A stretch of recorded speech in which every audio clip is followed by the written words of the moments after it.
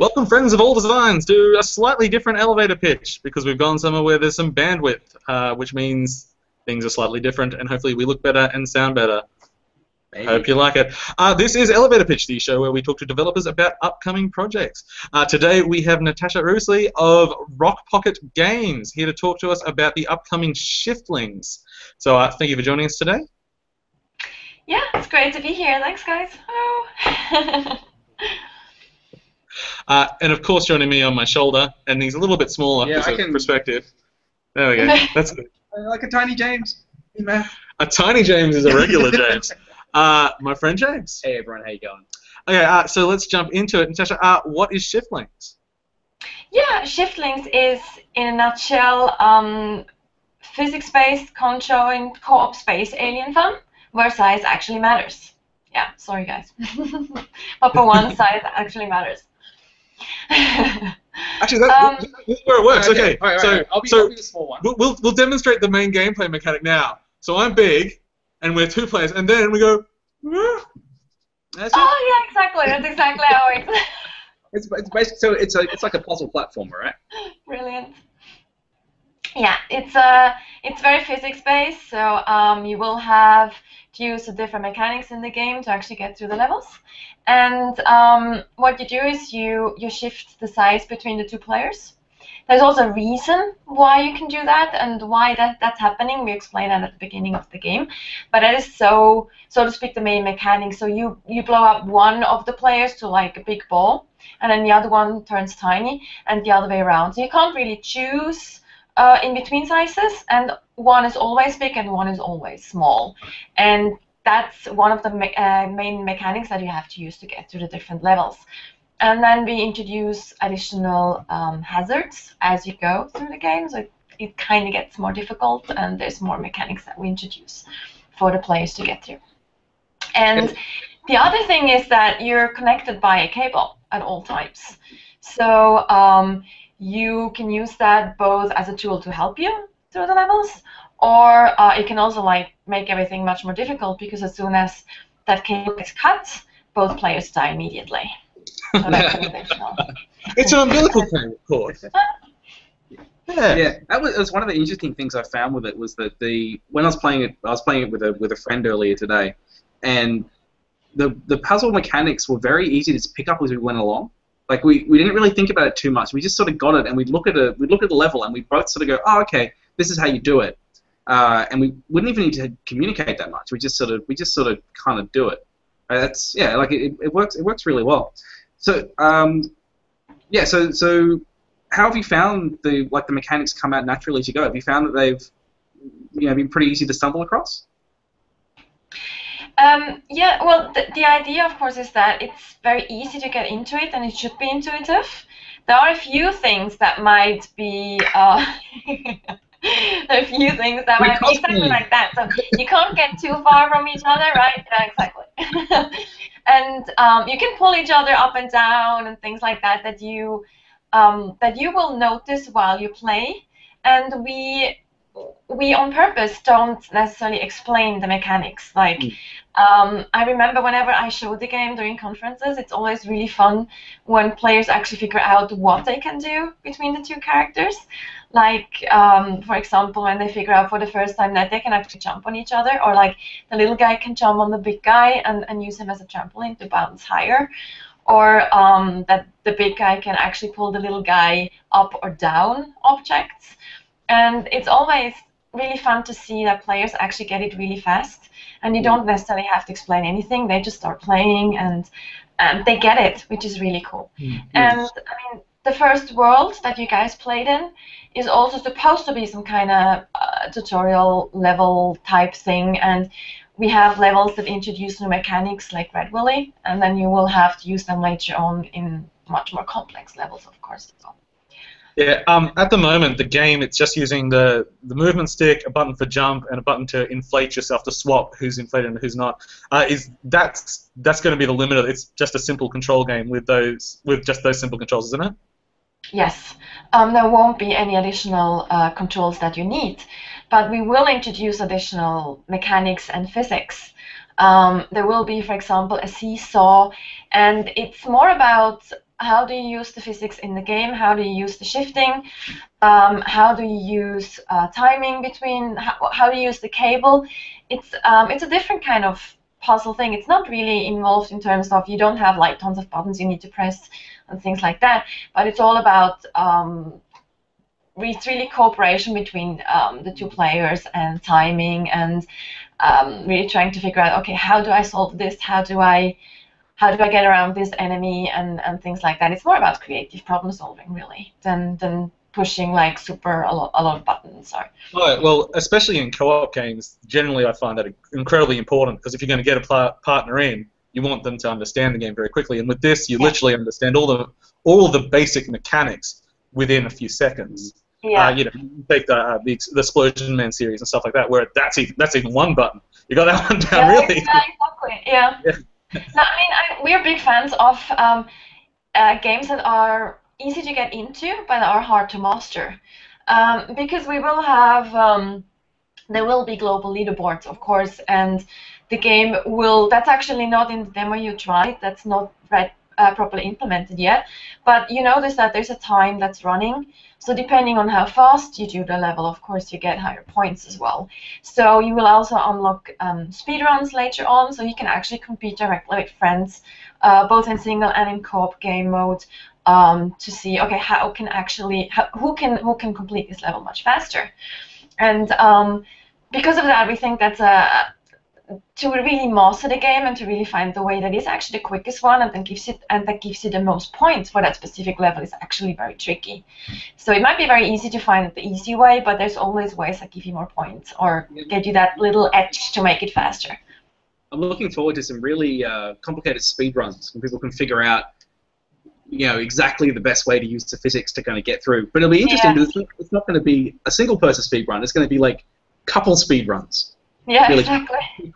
Oh, I'm sure Peter will be dual wielding controls for this. Actually, you need a good friend. You need a good friend to get through that game. I mean, if you have just one that, you just one that's like just shifting the wrong time just to piss you off, basically, then you won't really get that. You like trolling. Actually, on speedruns and just leaderboards, you're talking about time, but what about you've got the shifting mechanic. So would there be any potential for people to do speedruns in the least number of shifts, like taking the most critical path through the game and working that out? That's actually a good question. That's something we haven't thought about or thought of. I'm not sure that would be possible. That would actually, I would assume that would ask for specific game design. So we'd have to you'd have to design the level to make sure, okay, you can actually get through this with a few shifts, and then you would have to add things that trick players into thinking that's important, that you have to shift. So that would actually ask for specific game design to make this, or level design, not game design, level design. So that's for Shiftlings too. Maybe. Well, who knows if it goes well. It's a great idea, though. I like it. I like it a lot. I'm sure I saw Shiftlings quite a while ago when it started. How long has that been in production?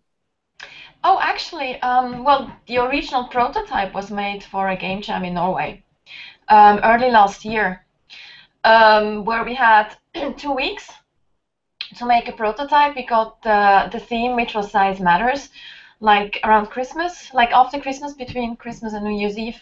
And the problem was our team has families, so most of them were away on vacation, things like that. So we actually lost a week, and we had 5 days left to actually make the game and the prototype. And that's when we first came up with the idea and did the prototype.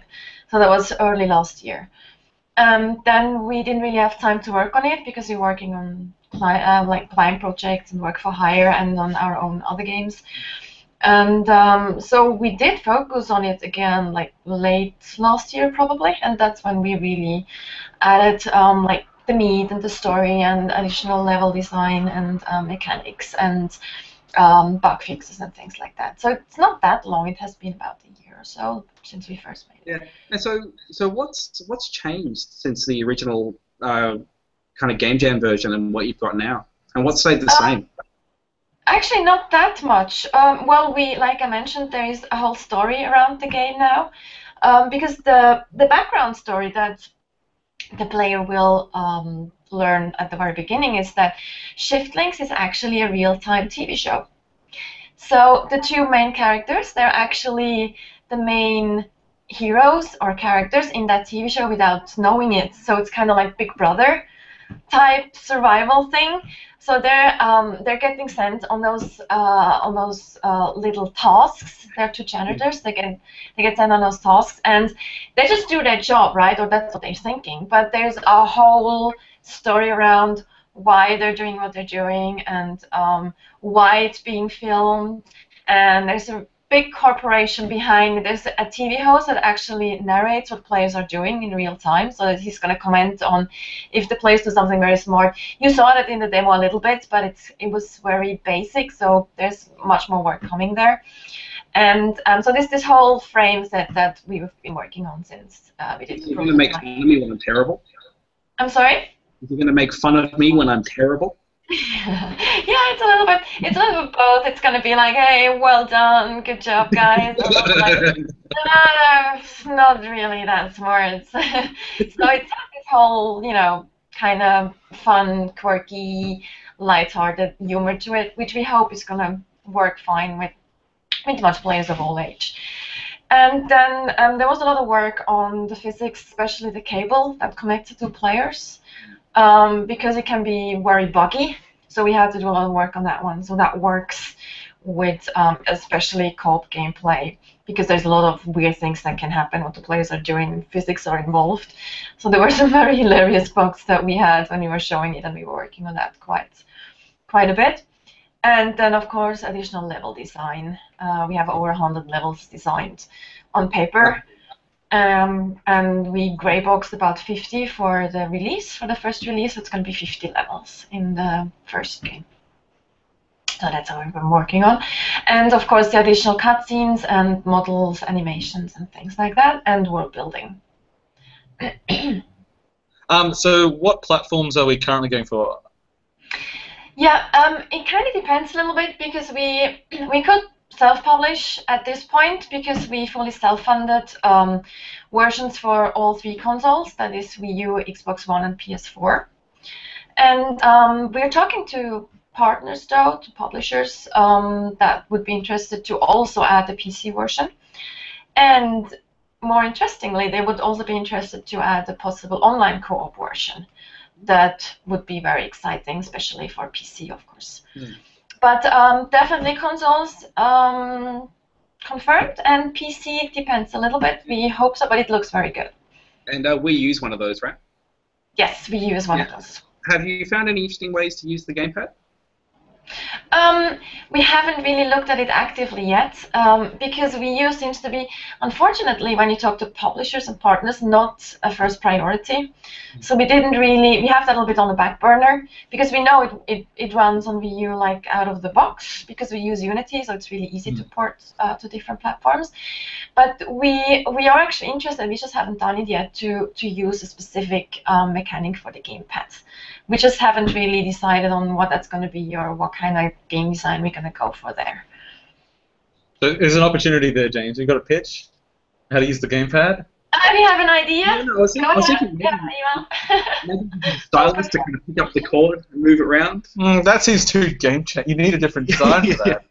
Yeah. I just think that really easy just on tablet two-player mode, where people use the stick and the buttons on each side and the game's in the middle. Because then they can hug while they play. Yeah. Aww. Yeah. I think you have a third player, and the third player is the commentator. Oh yeah. And he can impact the game on the gamepad. Yeah. Yes. Because there's been a few like the with New Super Mario Brothers and stuff. There's the player that is just the troll, and they get to do things just to either assist or screw people over. Normally a mixture of both, which is great. So we could do I recommend trolling mechanic. We could do it like Zombie U, where you could actually play one of the maintenance bots. Yeah.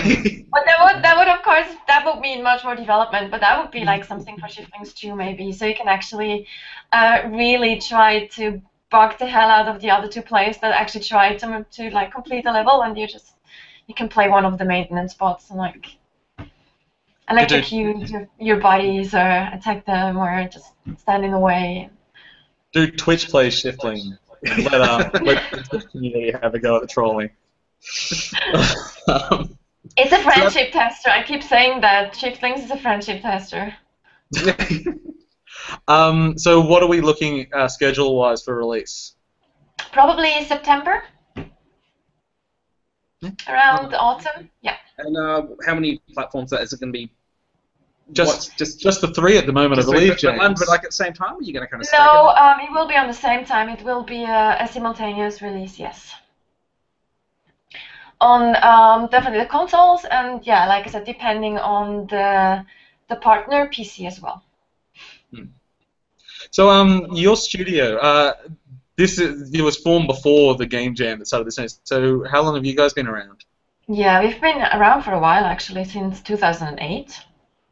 But yeah, but we were very small. I mean, it's like 1 person at the beginning, and now we're like 15, I think. Yeah. And we actually started from the mobile background. We've done over 20 mobile games between 2008 and now. A lot of them were work for hire for ad agencies here in Norway, like AdWords games, branding things for the biggest dairy brand here in Norway, for example. And we're just kind of moving away from that especially for our own games, because we don't want to do mobile games anymore for several reasons. One of them is just that we're not very experienced, and we're not really fond of the free-to-play model because it asks for specific game design, and we're just not interested in that. I mean, I have a lot of appreciation, a lot of respect for people who do this, but it's just too technical and too much spreadsheet and statistics now, and it's also getting it's getting more expensive to actually get users on mobile, and we want to make games that you can play on your TV, on the big screen, in the living room, on your console, or on the PC, and that's basically the focus that we have now. Yeah, and that has changed a little bit. There's definitely a large growth at the moment in that kind of that TV space with Steam Big Picture mode and things like that. Are there things though that you've taken from your mobile experience that you're bringing into the kind of Shiftlings and other games of that scope?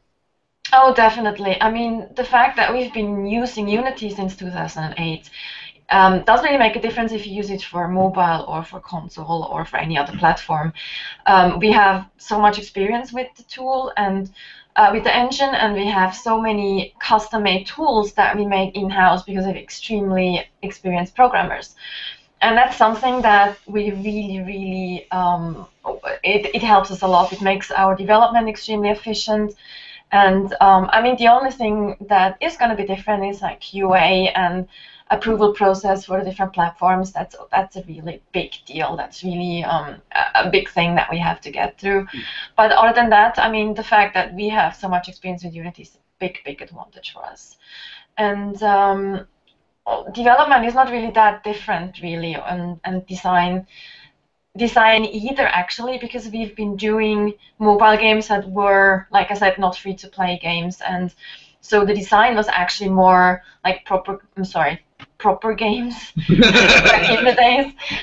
I don't mean that in a negative way. I think you know what I mean, but I don't want to like belittle anyone. But for example, the first game that the studio, and that was back even more, and the CEO who founded the studio made was The Package, which was also a physics-based platform, or like a physics-based puzzler, not platform, it was a puzzler.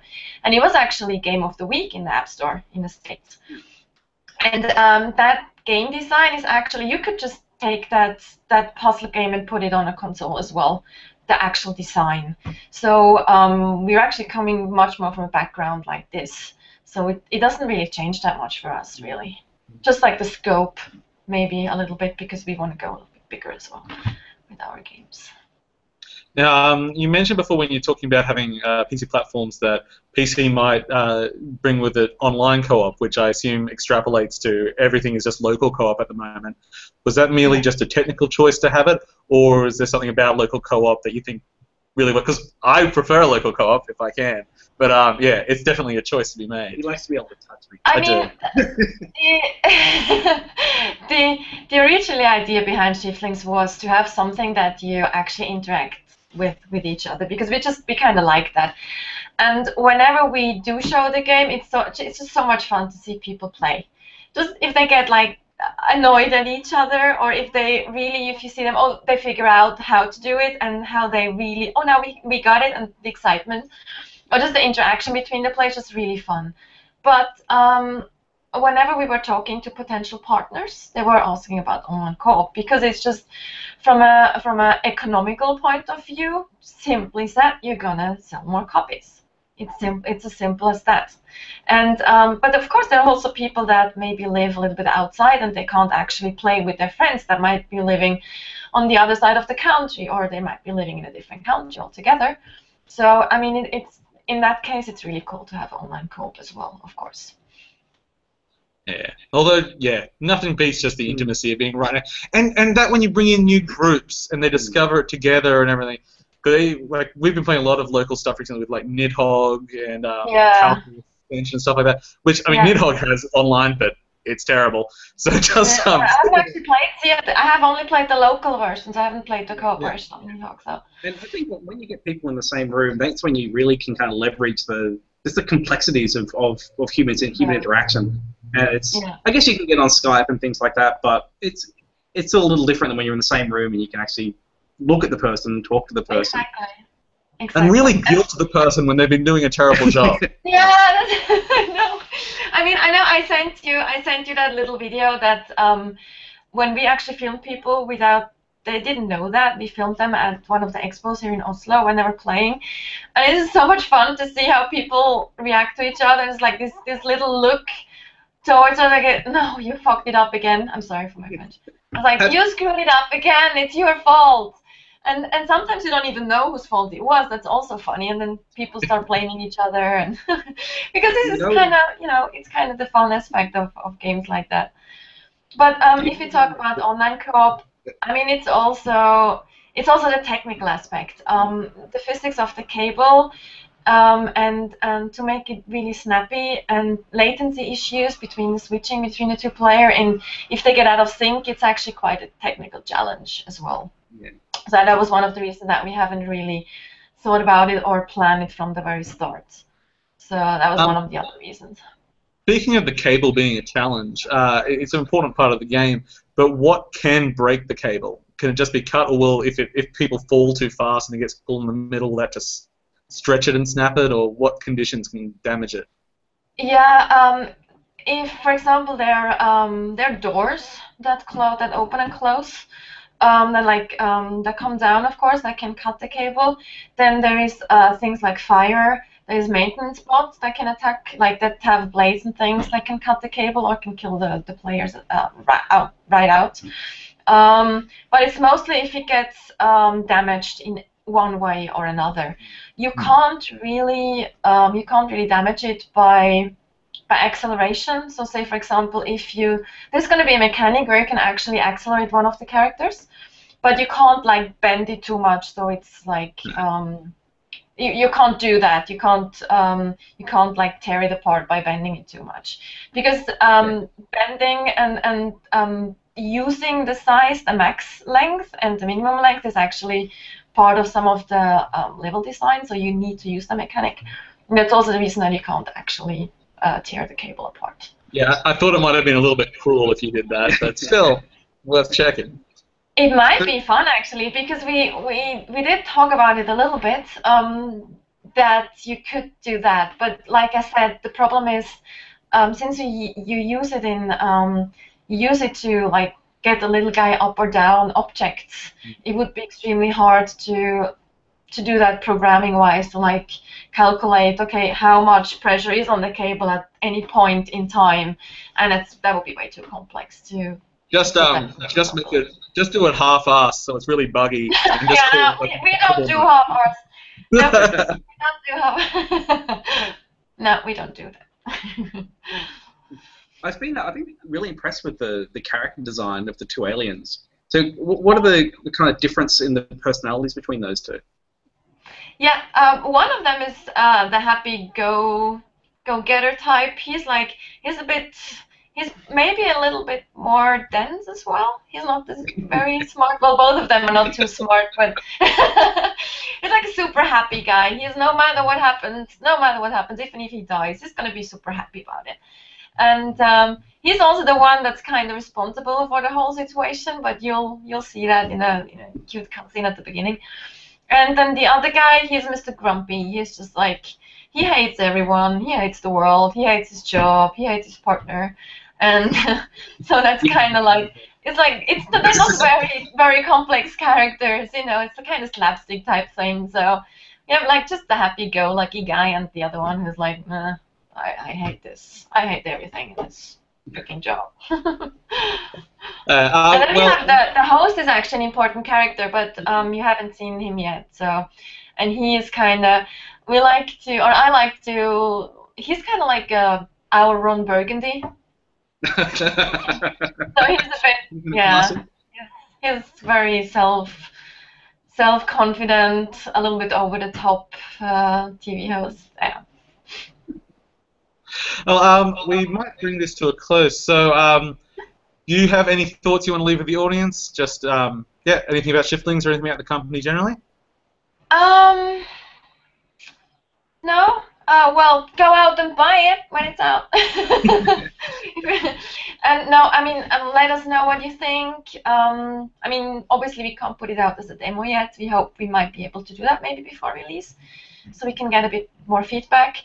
I will be at assorted conferences, not in Australia, unfortunately, but I'll be at Nordic Game, GDC Europe, at Gamescom most probably. And the game, I will be there with the game, so if you guys are traveling, I'm happy to show the latest build as well. So come and try it out. We're always very open for feedback, very thankful for feedback and input. Excellent. Well, it's a really good looking project, and yeah. Oh, thank you so much. I contacted you about another issue, and then I didn't realize you made this game, and then I was happy enough. Right. I was like, yeah. Hopefully soon. James, any final things? Yeah, just one. The moment I was really sold on the level design in this game was that there was the part where it taught me that I could jump on the other guy, where it fell down a hole, and then I naturally jumped down and landed on him to move. Yeah, that's the first level. Yeah, and when I saw that, I thought, these guys, like, they know what they're doing. Like, that was just like a really good, like, there was no message that popped up, I just learned it. So yeah, that's just sort of, I guess, my comment on I'm really impressed with the level design you guys have so far. Oh, thank you. Nice and intuitive mechanics. That's something that not always happens, though, because that is, of course, deliberate, that you fall down and you need to switch, and then you most of the time end up on top of each other, so you actually realize, oh, I can do that. But sometimes people, like specifically if you play in two-player mode, the little guy might actually, or the big guy might actually move away from that spot, so you don't automatically land on top of the big guy. But even then, it's kind of fun because the second level forces you to use that actively, and then players figure it out because they automatically start trying, which is also okay. So, but it's really cool that you noticed that. So that's good to know that it works. We approve because we know you were waiting for our approval, really. On it. No, seriously. I mean, it's that's the reason I love showing the game at conferences and like love to travel around much more. Never been to Australia. Would love to visit Australia. But we've got back to Australia now. It's fun. You can come down. I love to. No, I mean that's what it's all about for an indie studio like us, to get input from players as much as we can, because sometimes you just lose focus, you lose like the distance to your own project, and you start not knowing, is this even working? Is that okay? Like we're doing it because you have played through the level so many times, and no, it's great to get input like that. One thing that we've started doing recently, and we always bring it on people because they don't know beforehand, is, do you want to ask us a question? Because a few people wanted to, so now we ask everyone. If I wanted to ask you 2 questions? Yeah. Okay, well, I want to know your favorite games. One of both of you. What's your favorite game? Ooh. My go-to is always Monkey Island 2 because it's an easy one to say. Well, on the show, I'm the resident Metal Gear apologist, so I'd probably throw out Metal Gear. Metal Gear doesn't have fans; it has apologies. It's really good if we ignore all the. Yeah. That's kind of cool though, because I can say I talked both to Tim Schafer and Cliff Brzezinski in person, so both games. Okay, second question. Oh, it's gonna be serious. Excellent. I like it. Yeah, I'm gonna get what I can get. I always using what I can get. Okay. Who are you gonna interview next? Oh. Do you know? Probably a random Kickstarter. Well, yeah. we track a lot of Kickstarters. That's our that's one of the main focuses of our programs and such. So whatever shows next week, we'll probably pick one of them. Okay, I could make a suggestion if you want. Yeah, go for it. We have like amazing Norwegian games that that were on Kickstarter recently. We have Festival of Magic that just made the Kickstarter. Yeah.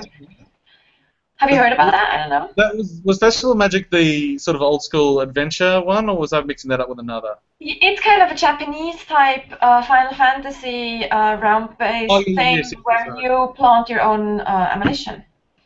And then of course Krillbite with Among the Sleep, which is the baby. I call it Baby Amnesia because it's you play as a baby. With my Rift. Yeah, we're actually about to play that with a Rift. Yeah. Yeah, exactly. Yes. They have Oculus support.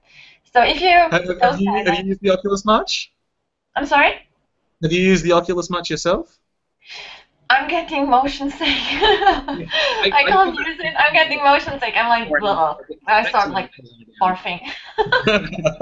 I last less than 5 minutes before I am ill. Last time he did it, he went white and was just sweating profusely. Oh my god! Yeah, I know how you feel. I know how you feel. Because at this guy's old company, some guy made a dragon simulator, so you get to fly around with the Oculus and breathe fire on guards and everything. Oh, it's wonderful. I didn't know that. I haven't seen that. I saw the guillotine and the helicopter simulator and the roller coaster. I love roller coasters, but yeah, no, I'm getting. The guillotine is one of the funniest things I've ever seen. Yeah, especially if you watch people react to it. It's actually much funnier to see people react than like doing it yourself. It's like, but the idea is brilliant. Has your studio had any experiments or ideas for Oculus support with anything? We've had the dev kit for ages. I mean, we supported the Kickstarter. We had it for ages, but we haven't really had time to actually think about design. I would love to do something for the Oculus someday, but so far we just simply didn't have time for it, unfortunately. Tell you, we met a Melbourne developer, unfortunately his name skips my mind, who was making a 2D platformer for the Oculus, and it was actually the best experience we'd had on it. So it can work on something that's not first person. It can be very cool. Anyway, maybe stop gushing over the Oculus a little bit. That's fine. Well, thank you for watching, everyone. This has been Elevator Pitch for 8.5-bit, which you can catch on our website, Facebook, Twitter. Subscribe to the podcast. We're on Google all Plus that. too. Google. Oh, Google Plus. Thank you very much for joining us today, Natascha. You've been a pleasure. It was a pleasure. Thank you so much for having me. It was fun. Excellent. And thank you, James. Thank you, Paul.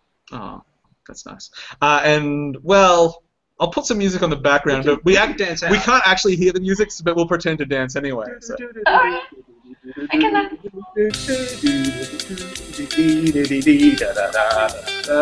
That's good enough. See you, everybody. Thank you.